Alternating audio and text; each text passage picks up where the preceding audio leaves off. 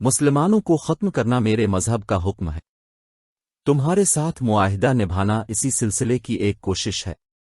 اپنا مذہبی فریضہ ادا کرنے کے لیے میں تمہیں استعمال کروں گا۔ حاؤ بن اخطب سے میں نے کہہ دیا تھا کہ اہل قریش اور اہل غفان مجھے بنو قرظہ کی سلامتی کی ضمانت دیں تاکہ ایسا نہ ہو کہ تم لوگ ناکام ہو جاؤ اور مسلمان ہم سے ظالمانہ انتقام لے۔ نعم بن مسعود نے جو چنگاری ان لوگوں کے درمیان پھینک دی تھی وہ اکرما کے سینے میں سلگ رہی تھی۔ نعیم نے اکرما کے ذہن میں ابو سفیان کی معرفت پہلے ہی ڈال دیا تھا کہ کعب افراد کی صورت میں ضمانت مانگے گا۔ کعب کی زبان سے ضمانت کا لفظ سنتے ہی اکرما بھڑک اٹھا۔ کیا تمہیں ہم پر اعتماد نہیں؟ اکرما نے غصیلی آوازے میں کہا، کیا تم یہ سمجھتے ہو کہ ہم شاید بھول گئے ہیں کہ محمد ہمارا اور تمہارا مشترکہ دشمن ہے؟ میں یہ نہیں کہتا جو تم کہہ رہے ہو، کعب بن اسد نے کہا، لیکن میں یہ ضرور کہوں گا کہ اپنے مشترکہ دشمن کو جتنا میں جانتا ہوں اتنا تم نہیں جانتے۔ میں اعتراف کرتا ہوں کہ جو عقل خدا نے محمد کو دی ہے وہ ہم میں سے کسی کو نہیں دی۔ میں اس کی ضمانت چاہتا ہوں۔ کہو تمہیں کیسی ضمانت چاہیے؟ اکرما نے پوچھا۔ قل قریش کے چند ایک سرکردہ افراد ہمارے پاس بھیج دو، کعب بن اسد نے کہا۔ میں کوئی نئی بات نہیں کہہ رہا اکرما، یہ ہمارا تمہارا دستور ہے، اس رواج اور شرط سے تم واقف ہو۔ میں نے ضمانت کے طور پر یرغمال میں لینے والے آدمیوں کی تعداد نہیں بتائی، یہ تعداد تم خود مقرر کر لو۔ تم جانتے ہو کہ معاہدے کی خلاف ورزی کرو گے تو تمہارے ان سرکردہ افراد کو ہم قتل کر دیں گے۔ انہیں تم قتل نہیں کرو گے؟ اکرما نے بھڑکی ہوئی آواز میں کہا، تم انہیں مسلمانوں کے حوالے کر دو گے؟ کیا کہہ رہے ہو اکرما؟ کعب بن اسد نے حیرت اور پریشانی کے لہجے میں پوچھا۔ کیا تم مجھے اتنا ذلیل سمجھتے ہو کہ میں تمہیں یہ دھوکہ دوں گا کہ تمہارے قبیلوں کے سرداروں کو مسلمانوں کے ہاتھوں قتل کرواؤں گا؟ مجھ پر اعتبار کرو۔ یہودی پر اعتبار کرنا ایسا ہی ہے جیسے کسی نے سانپ پر اعتبار کر لیا ہو، اکرما نے غصے کے عالم میں کہا۔ اگر تم اپنے آپ کو اتنا ہی قابل اعتبار سمجھتے ہو تو کل مدینہ میں ان چھوٹے قلعوں پر حملے شروع کر دو جہاں پر مسلمانوں نے اپنی عورتوں اور بچوں کو رکھا ہوا ہے۔ کل؟ کعب نے کہا، کل ہفتے کا دن ہے۔ ہفتے کا دن یہودیوں کا ایک مقدس دن ہوتا ہے جسے ہم سبت کہتے ہیں۔ اس روز عبادت کے سوا ہم اور کوئی کام نہیں کرتے۔ کوئی یہودی سبت کے دن کوئی کام کاروبار کرے یا کسی پر حملہ کرے تو خدائے خدا اسے انسان سے خنزیرہ بندر کی شکل میں تبدیل کر دیتا۔ اکرما دیکھ چکا تھا کہ کعب بن اسد کی نیت ٹھیک نہیں ہے، وہ شراب پیتا چلا جا رہا تھا۔ اکرما نے شراب پینے سے انکار کر دیا تھا۔ اس نے ابو سفیان سے کہا تھا کہ وہ فیصلہ کر کے ہی واپس آئے گا۔ تم کل حملہ کرو، ایک دن بعد کرو، ہم تمہاری نیت کو عملی صورت میں دیکھ کر فیصلہ کریں گے کہ تمہیں یرغمال میں اپنے آدمی دیے جائیں یا نہ دیے جائیں۔ اکرما نے کہا، اس سے پہلے ہم تمہیں ایک آدمی بھی نہیں دیں گے۔ میں کہہ چکا ہوں کہ یرغمال کے بغیر ہم کچھ نہیں کریں گے، کعب بن اسد نے کہا۔ جو ہی تمہارے آدمی ہمارے پاس پہنچ جائیں گے ہم تمہاری منشا کے مطابق مدینہ کے اندر کھلبلی مچا دیں گے۔ تم دیکھنا کہ ہم محمد کی پیٹھ میں کس طرح چھرگے ون پتی۔ اکرما اٹھ کھڑا ہوا اور غصے میں بولا، تم بد تینت ہو، تمہاری نیت صاف ہوتی تو تم کہتے کہ مجھے کسی ضمانت کی ضرورت نہیں، آؤ مل کر مسلمانوں کو مدینہ کے اندر ہمیشہ کے لیے ختم کر دے۔ مجھے اگر حکم ماننا ہی ہے تو میں محمد کا حکم کیوں نہ مان لوں؟ کعب بن اسد نے اکرما کا غصہ دیکھتے ہوئے کہا، ہم مسلمانوں کے ساتھ رہتے ہیں، جو تحفظ ہمیں ان سے مل سکتا ہے وہ تم نہیں دے سکو گے۔ مورخ ابن حشام اور ابن سعد نے لکھا ہے کہ نعم بن مسعود کا چھوڑا ہوا تیر نشانہ پہ لگا۔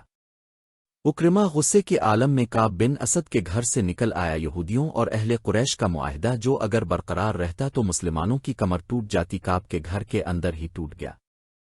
جب اکرما کعب بن اسد سے ملنے جا رہا تھا اس وقت نعیم بن مسعود اپنے قبیلے کے سردار غطفان کے پاس بیٹھے ہوئے تھے۔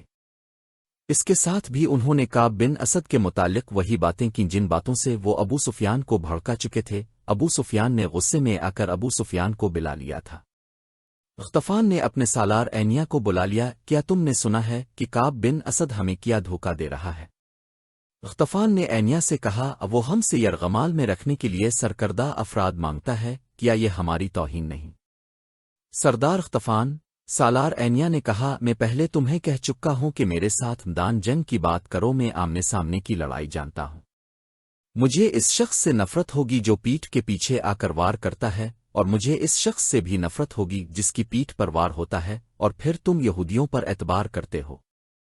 اگر کعب بن اسد کہے گا کہ مجھے اپنے قبیلے کا سردار غطفان یرغمال میں دے دو تو کیا میں تمہیں اس کے حوالے کر دوں گا؟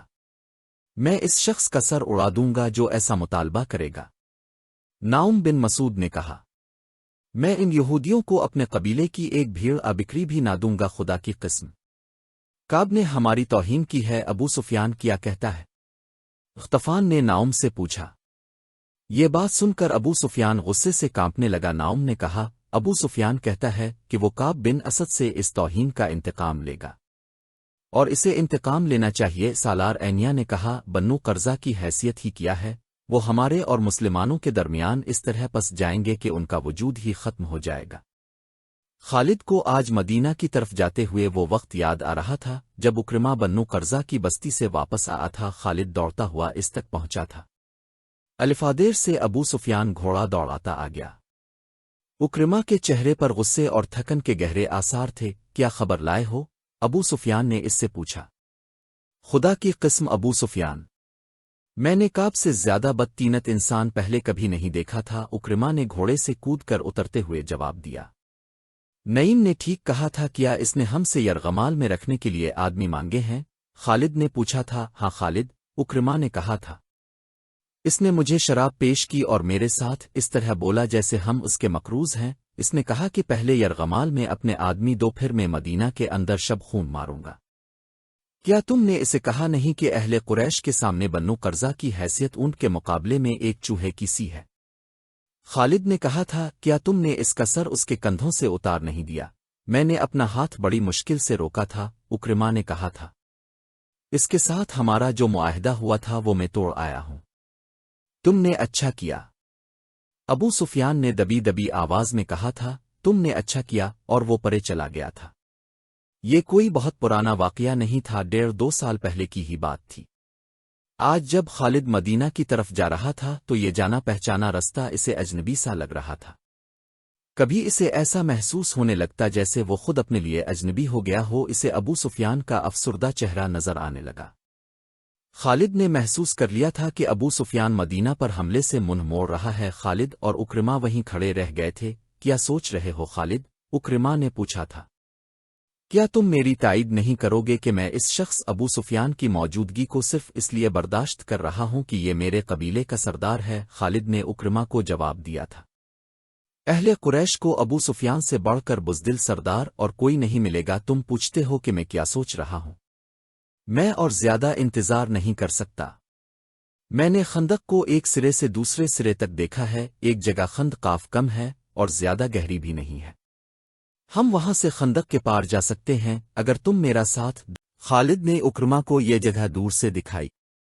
پہلے میرے سوار خندق پھلا نگیں گے، اکرمہ نے کہا، لیکن ابھی ہم تمام کا تمام سوارے دستہ نہیں گزاریں گے۔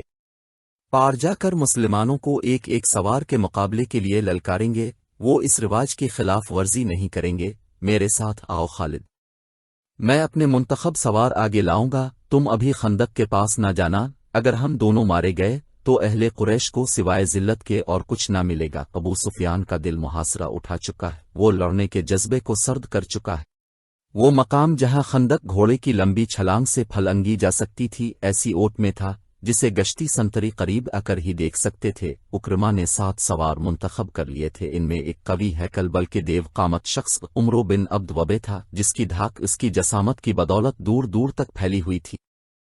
اکرمہ ان 7 سواروں کو مقررہ مقام سے کچھ دور تک اس اندازے سے لے گیا جیسے گھوڑوں کو ٹہلائی کے لیے لے جا رہے ہوں۔ مسلمانوں کے سنتریوں کو ان پر شک نہ ہوا۔ سب سے پہلے میں خندق پھلانگوں گا، اکرمہ نے چلتے چلتے اپنے 7 سواروں سے کہا۔ کیا یہ ٹھیک نہیں ہوگا کہ سب سے پہلے میرا گھوڑا خندق کو پھلانگی؟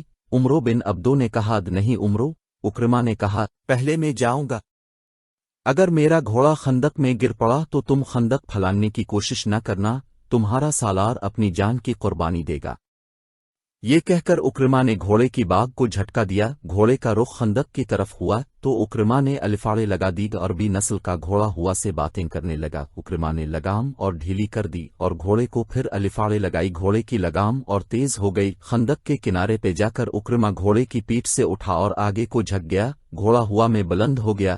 خالد کچھ دور کھڑا دیکھ رہا تھا، قبیلہ قریش کے بہت سے لشکری دیکھ رہے تھے، زمین و آسمان دیکھ رہے تھے، تاریخ دیکھ رہی تھی۔ گھوڑے کے اگلے پاؤں خندق کے دوسرے کنارے سے کچھ آگے اور پچھلے پاؤں این کنارے پر لگے، گھوڑا رفتار کے زور پر آگے چلا گیا، اس کی اگلی ٹانگیں دوہری ہو گئیں، اس کا منہ زمین سے لگا، اکرما گرتے گرتے بچا، گھوڑا بھی سنبھل گیا اور اکرما بھی، اسے اپنے پیچھے للکار سنائی دی، آگے نکل جاؤ اکرما۔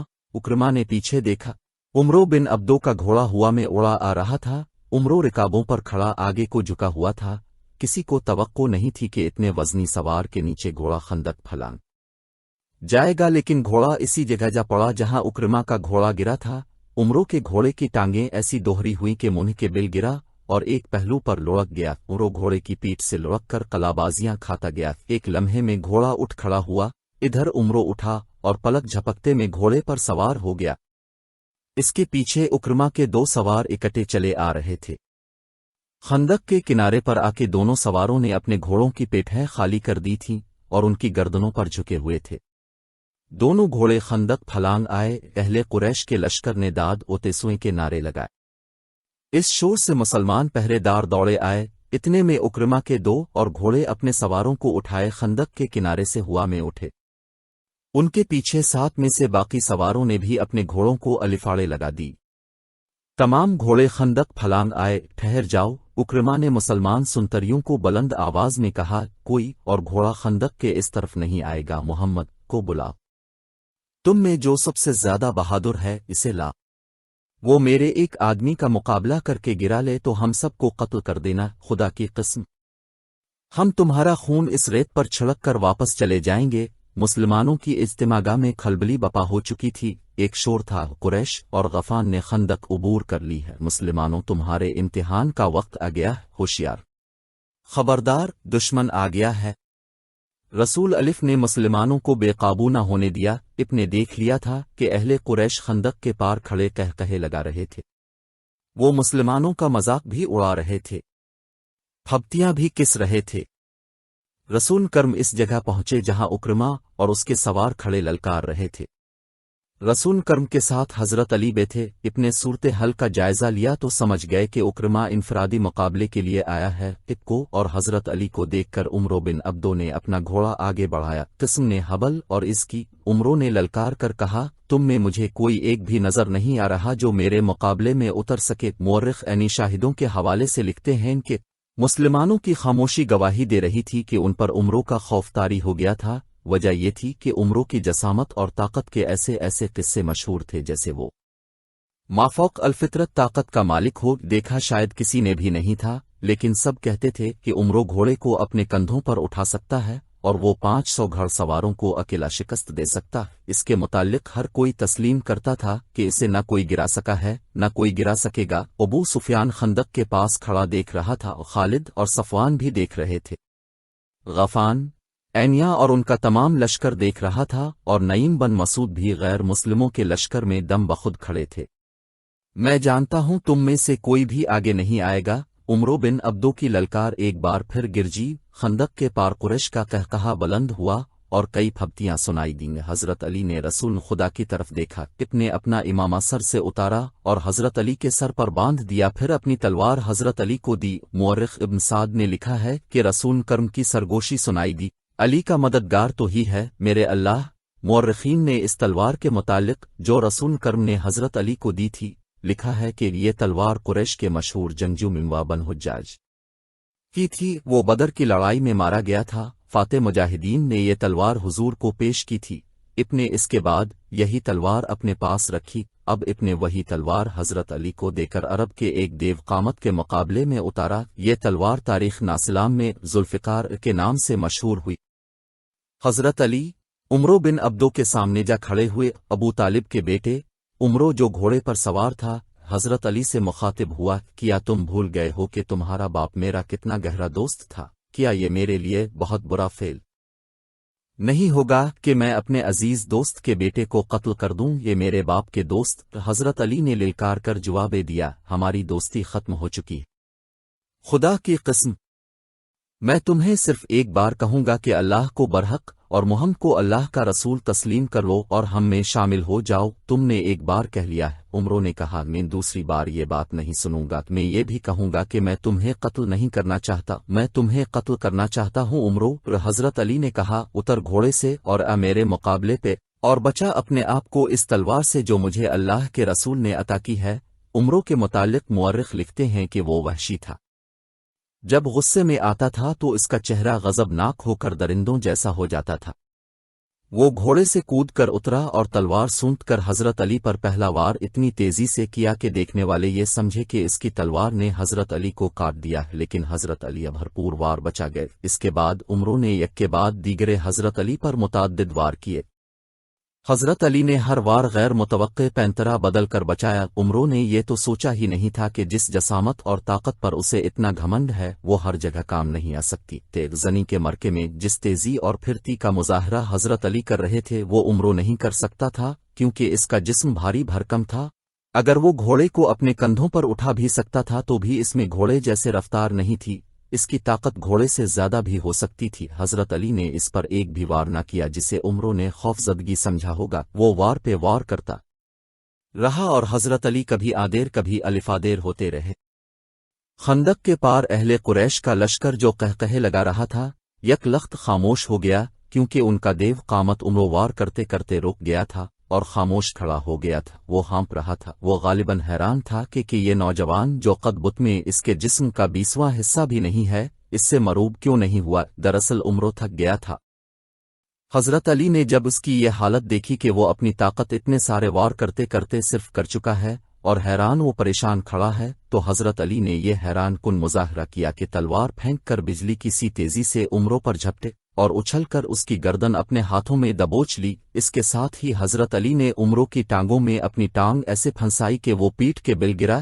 اس نے اپنی گردن چھڑانے کے لیے بہت زور لگایا، لیکن اس کی گردن حضرت علی کی آہنی گرفت سے آزاد نہ ہو سکی۔ حضرت علی نے اس کی گردن سے ایک ہاتھ ہٹا کر کمر بند سے خنجر نکالا اور اس کی نوک عمروں کی شہرگ پر رکھ دی۔ اب بھی میرے اللہ کے رسول پر ایمان لے آ تو میں تیری جان بخشی کر دوں گا، حضرت علی نے کہا۔ عمرو بن عبدو نے جب دیکھا کہ اس کی وہ طاقت جس سے اہل عرب لرزتے تھے بیکار ہو گئی ہے تو اس نے یہ اوچھی حرکت کی کہ حضرت علی کے منہ پر تھوک دیا۔ دیکھنے والے ایک بار پھر حیران رہ گئے، کیونکہ حضرت علی خنجر سے اس کی شاہ رگ کاٹ دینے کے بجائے اٹھ کھڑے ہوئے تھے